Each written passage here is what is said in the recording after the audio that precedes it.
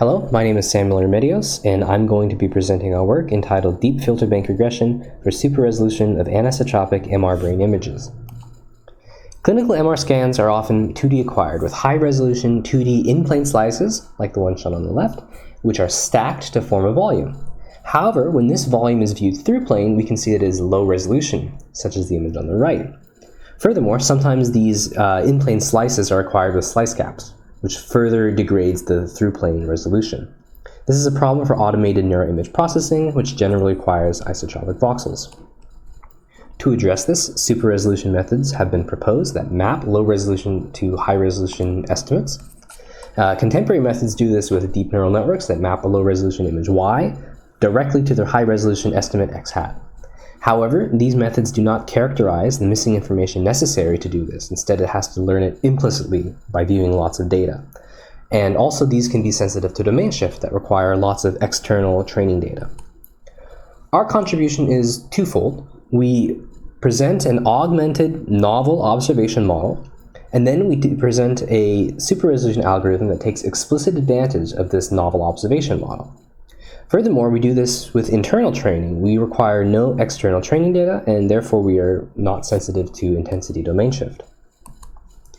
So shown here is the classic observation model. Our low-resolution image Y, shown on the right, is obtained by filtering and downsampling a high-resolution image X.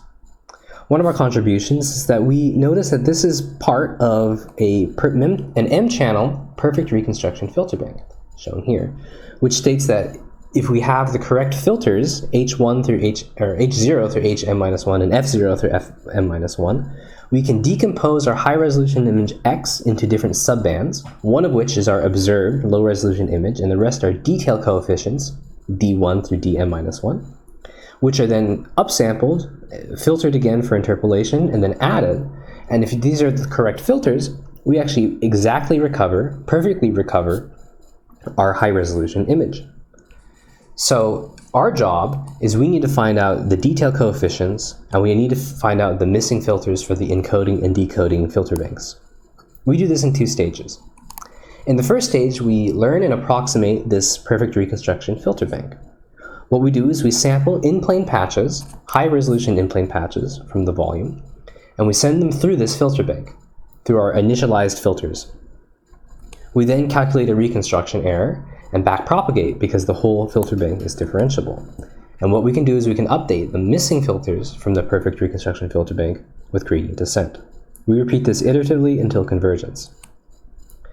In stage 2, given that we have an approximate perfect reconstruction filter bank, we now want to learn a mapping from the low resolution image we have to the detail coefficients.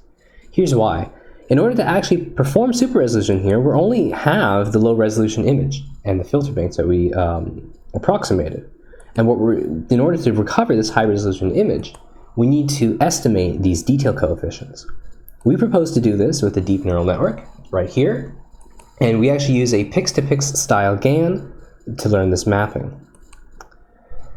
Here we're going to show some of our results, but first the low resolution image is shown on the left and the high resolution ground truth is shown on the right. And here are the Fourier domain for reference. This is 6 times low resolution, by the way. So here's a B-spline interpolation, which of course does not add high frequency information. SMORE is a competitive internally trained super resolution method for anisotropic volumes, and here's our approach. We can see that we recover more high frequency information, which makes sense because we're explicitly aiming to do so, and this is reflected in different regions in the image where we get sharper edges and better defined images. Quantitatively, we evaluate with PSNR and SSIM, and we can see that as the resolution worsens and the gap gets further, our method better performs compared to the competitors. In conclusion, we've presented a novel observation model which hopefully will provide a new theoretic basis for super resolution. We also show a new super resolution algorithm that regresses that missing information directly. And we've shown that as the resolution worsens, our method outperforms the competitive approach. So please come see the poster session on Tuesday, September 20th. We're poster T82 for more details. And you can also check out our paper by clicking or viewing the QR code here. Thank you.